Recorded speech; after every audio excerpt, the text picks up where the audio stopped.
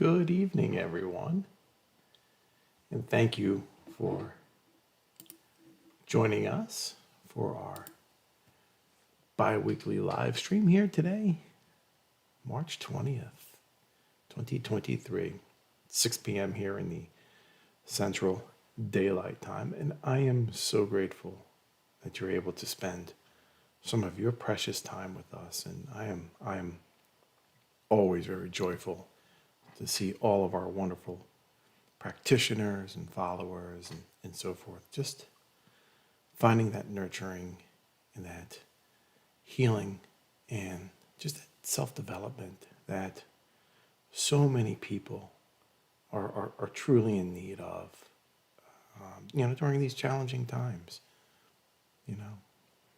It's great to see that. It certainly is. And that actually kind of launch pads our first announcement I kind of just want to make before we truly get into our program this evening, and that we've had some really good questions and good engagement from some of our followers wanting to know, is there anything else? What else can we do? What else is there? And so as a result, we have launched or began levels here at the Blue Lotus. We're not a monastic order, but these levels do follow just some of the titles and some of the levels that you may find. We have where most people are going to follow right now would be just the practitioner level, right? Watching some videos, maybe taking some courses and so forth, and that's a wonderful way to begin, right? Finding that there's so much more out there. And I can develop myself. And Buddhism is just a wonderful, wonderful religion or philosophy that allows us to experience those learning opportunities, wholeheartedly and wholesomely. And so, but maybe you want to do a little bit more. Right? Maybe you want to serve the Sangha in your community and yourself a little bit more. And so the different levels that we're offering are aspirants. And then after the aspirant comes the novice. And then after the novice would be a Dharma teacher. So those are the 4 basic levels that we are offering here now. And there's, as always, I think you're pretty familiar with us now. There's never a financial obligation on your end, right? Ever. So you're always welcome to just practice and learn, on your own as well. Or maybe you want to do a little bit more, and that's up to you, right? Everybody has their own path, and there is no right or wrong way. And that also brings us to tonight's topic, right? Coming into and nurturing wisdom, right? With our path, right, that we all walk, we have to make wise decisions in all that we do, right? In all that we do. So we'll talk about how do we nurture wisdom. Actually, we'll start off with what is wisdom in the Buddhist sense. Right? And then we will go on to, what is wisdom, and then how we can nurture and our wisdom, so we can make those kind and wholesome and developmental decisions when we need to. But let's start off with our guided meditation, right? Recognizing our resilience. Right? Sometimes that can be kind of hard. Understanding that we are resilient. If you are here, you are resilient. Actually, you don't even have to be here, right? You could be someplace else right now. You're still resilient, right? You're alive. You are doing the best that you can. That always makes us resilient. But go ahead and let's begin by taking a moment to settle our body into a nice, comfortable position. You may close your eyes or keep them open slightly with a soft focus, just looking downward a few feet in front of you if you choose to.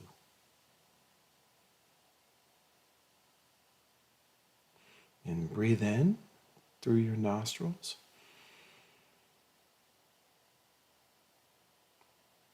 Pause. And slowly exhale.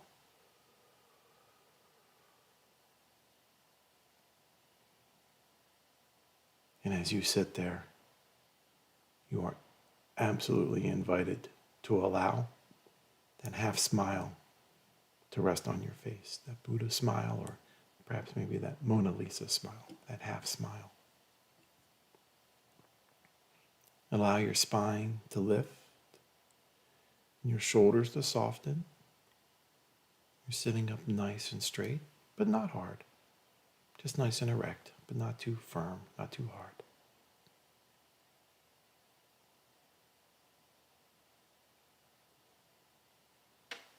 Soften your belly as you continue settling in.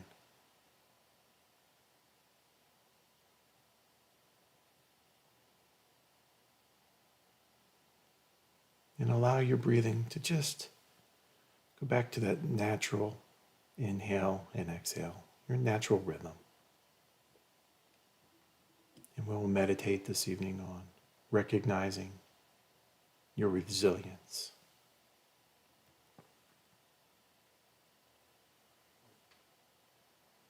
You are capable of handling much more than you give yourself credit for.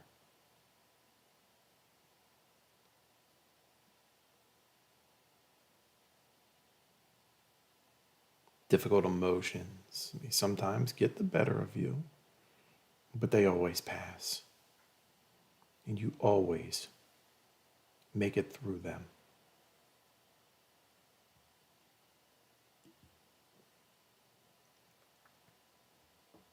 By bringing mindfulness to the process of going through these hard times, you can train yourself to recognize your own resilience and seeing clearly that you are capable of handling the difficulty. You will train the mind to know that you are okay.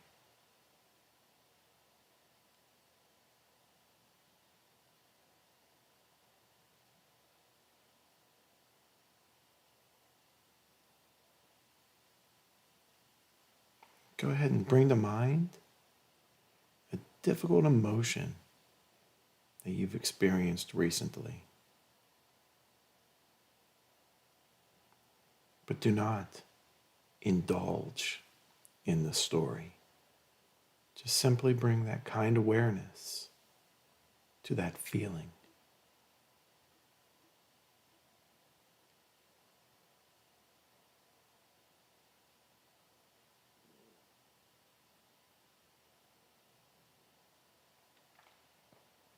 And you can do this by tuning into the body.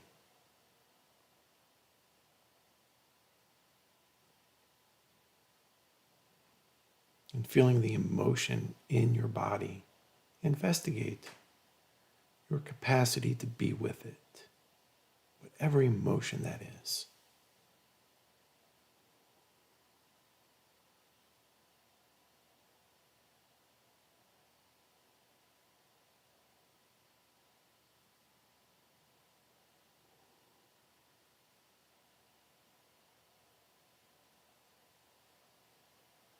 What feels overwhelming or unmanageable.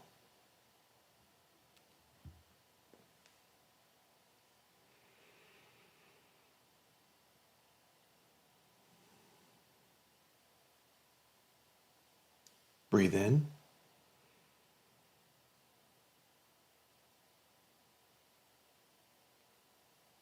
Pause. And breathe out.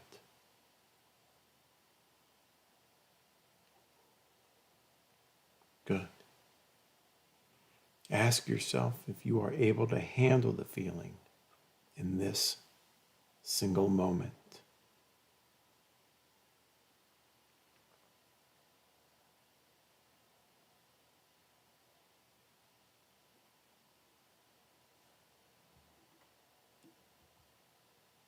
Continue to tend to your bodily experience, examining whether you're able to be present with it or not.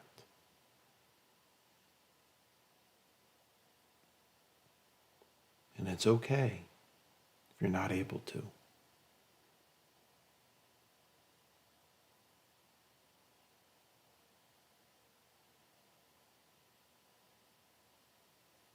And then after a few moments, move your attention to the mind and your mental state.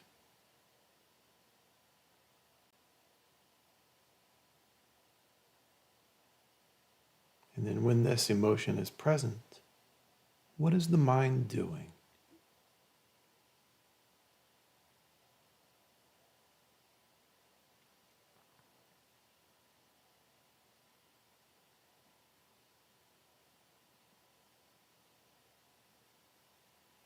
And just gently notice the thoughts that arise and the general feeling of your mind.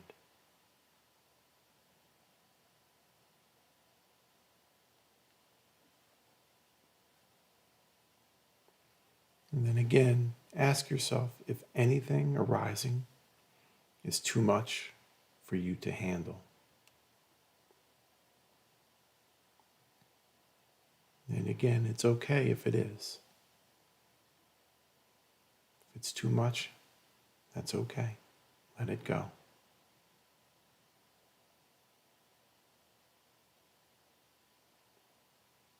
And then for the final few moments, just go ahead and reflect on the pains and difficulties you may have had going through your life.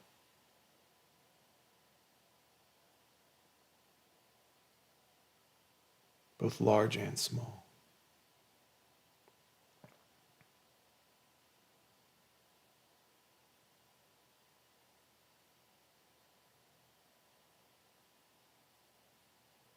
And then just recognize that through those small frustrations and those larger experiences of grief and tragedy and trauma, you have made it here to this moment today.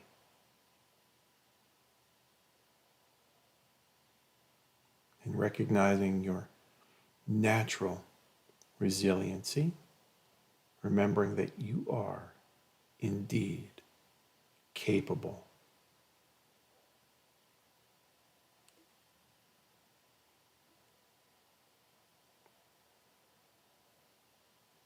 Go ahead and begin to open your eyes slowly and perhaps reorientate yourselves to your surroundings before you move around. Wonderful. Very often we catastrophize our situation, always thinking of the worst.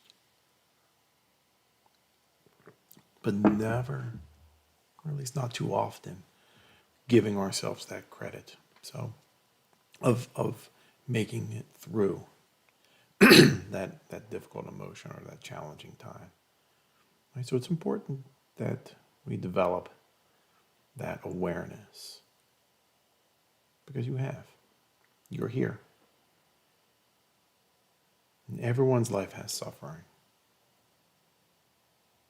Some suffer too little, some suffer too much, but everybody suffers and you are here. So how does an awareness help us with wisdom? It's an experience, right? It's an experience that helps teach us. So what is wisdom, though? So what is wisdom? And so in Buddhism, wisdom is recognizing and seeing that all phenomena, no matter what it is, are incomplete, are impermanent, and not of the self, right? And knowing that it's impermanent and not of you, not of the self, can lead us to some security and that happiness, which, if we are fortunate enough, maybe we can reach that state of nirvana. But what does the Buddha say about wisdom? What are his takes on that? In understanding that wisdom is, it's simply not wisdom if we just believe it, right? And we do what we're told. Buddha did not speak much in general, right? Or very specifically, I should say, about wisdom itself. But it is knowing that, if we simply just believe something because we're told it, that's not wisdom, right? Because a lot of it comes from experience. So true wisdom, according to Buddhism and our philosophy, right, is to directly seem to understand ourselves or for ourselves, right? Wisdom keeps an open mind, right, to other points of view, right? Instead of having that closed-mindedness, it's open, it's exploratory, right? Even to views that contradict our beliefs. And that's important. Instead of rather just burying our heads in the sand and just ignoring, right? Or just totally dismissing, right? What somebody else is maybe saying. We approach it with curiosity and openness. It's an important aspect of wisdom.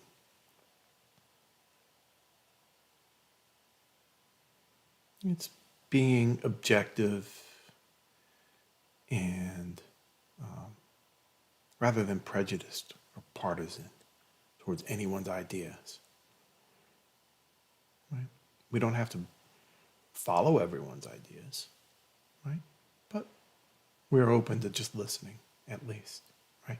To take the time about forming our opinions, right, and beliefs, rather than just accepting, right, the first or most emotional thing that is offered to us, right?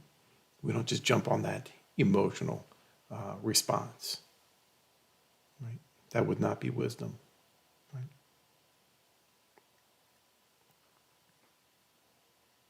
And it's always to be ready for change, right?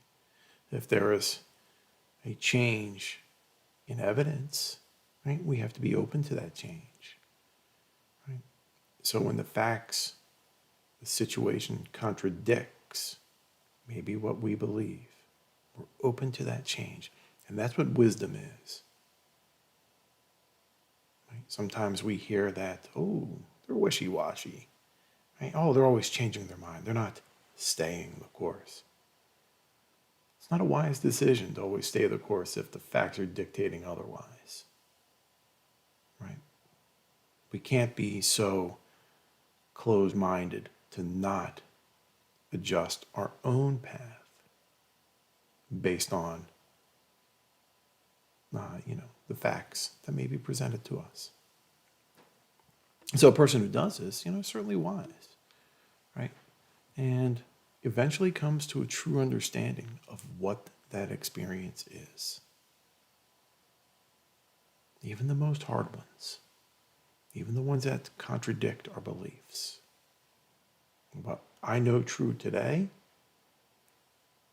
may change tomorrow based on evidence. Right? And that's an important, very important person or aspect of wisdom. Right? It's not willy-nilly. It's not necessarily just going, every which way the wind blows. Right? But it is based on that evidence, right? And openness. And we are open to receiving that. And so just not believing everything that we say or everything that has been said, right? We have to be open to that change. And so the Buddhist path requires courage, patience, flexibility, and intelligence. It's very important that we adopt those qualities. We'll explore those a little bit more, but courage and patience and flexibility and intelligence into all our decision making. Right? That's how we nurture our wisdom. So how do we come into wisdom? How do we know, right, what wisdom or what's the right path? How do we nurture that? And that's where the Eightfold Path comes in. So if you remember, there are along those eight 8 steps, or those 8 qualities of the Eightfold Path, to specifically deal with wisdom. Right? So right understanding and right thought. So right understanding, a true understanding of how reality and suffering are intertwined. Right? Understanding that suffering and reality are intertwined. Remember, first noble truth, there is suffering in this world. Right? There is suffering. And so we are in and of this world, and there is suffering. So that's part of right understanding. But now we have to have a true understanding. What is the cause of that suffering? Right? Suffering is caused by attachments or desires. And then we have right thought, right? The second quality. And then asking you to turn away from that vicious cycle of craving and desire by committing to a lifestyle of self-improvement and ethical conduct. So that's right thought. Right? Knowing that the wholesomeness, the truthfulness, the underlying features or the qualities of a certain circumstance, right? In our mind, we have to understand what our mind is truly perceiving. Right? So sometimes that takes a little bit of digging in, removing those layers. Somebody screaming and being upset. Maybe we have to examine that a little bit more. Why are they upset? Is it really because somebody forgot the pickles on their hamburger, right? When they made an order? Or could there be an underlying reason? Maybe something at home. So we have to understand. So that right thought, right? Even for us, maybe we're the ones that are upset. I didn't get pickles or extra ketchup or whatever it is, on that meal. Is that what we're truly upset about? That somebody else made a mistake? Or is it something within us? So right thought, right? Gives us right understanding. So how do we nurture wisdom? Right? Courage. Courage is vital to cultivating and developing and strengthening our wisdom. Right? So not being afraid to ask questions. Sometimes I have students that, come up to me and maybe afterwards, like they don't want to talk in front of others. And I understand that is really hard, public speaking sometimes. Right? So not being afraid to ask questions, right? Whether it's a public setting or a private setting. Right? It's important to ask those questions so we can develop our understanding. Why is that answer this way? Or I don't understand how that answer was derived. Can you explain it to me? And so asking others for help is very courageous. Right? Asking others for help. I realize something in myself. I can't do it alone. I need help. That's very courageous. You're opening up your vulnerability.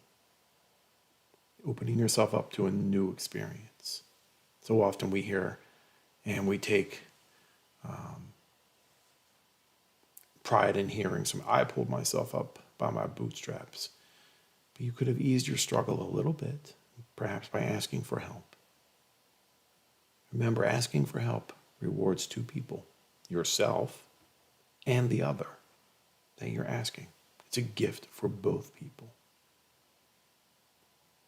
And allowing help from others. It's important too. Sometimes someone may see us struggling, having a hard time, and they may offer a hand.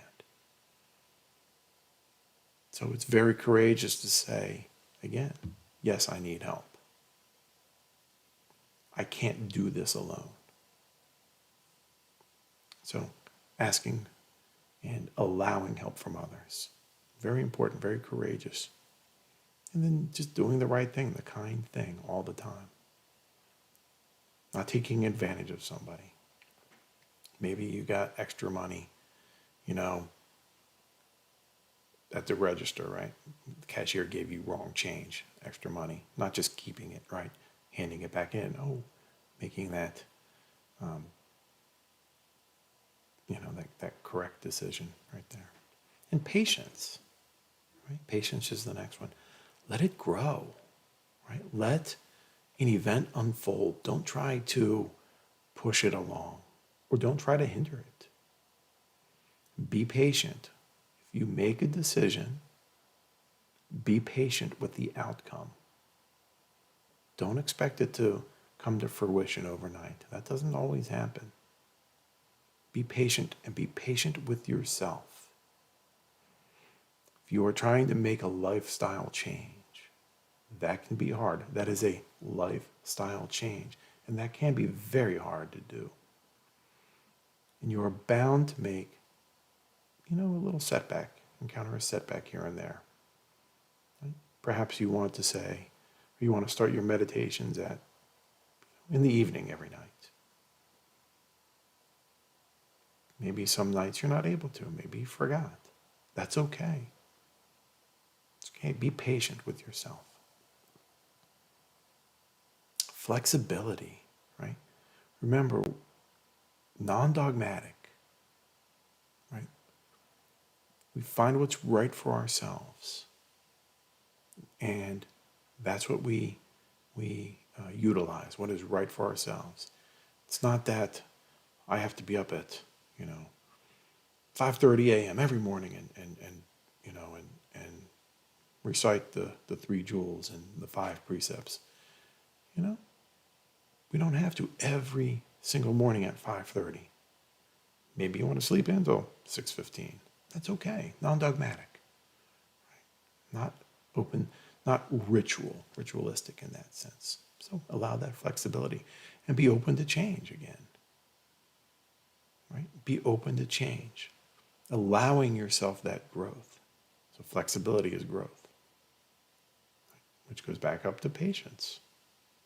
It's a nice little overlap there, right? Open to change, being patient. And then intelligence, right? Lastly, intelligence.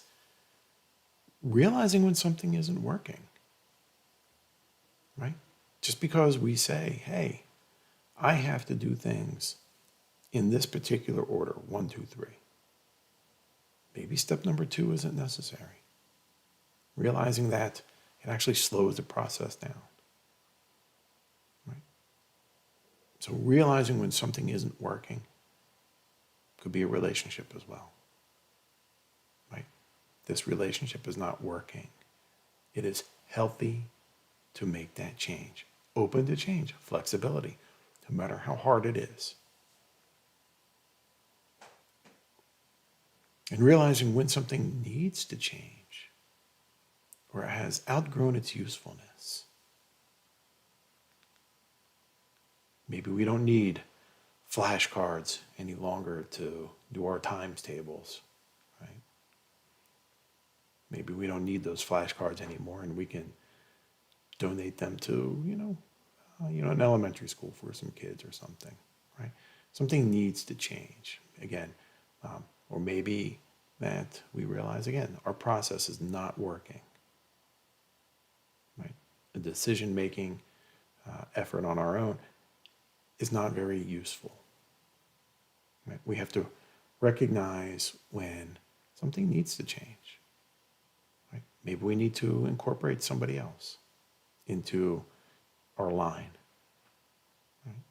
Maybe a whole slew of examples, I suppose. Right? But just realizing when something needs to change without growing its usefulness. That intelligence is very important to that wisdom. Just because it's always been done that way doesn't mean it has to stay that way. Flexibility, patience to grow.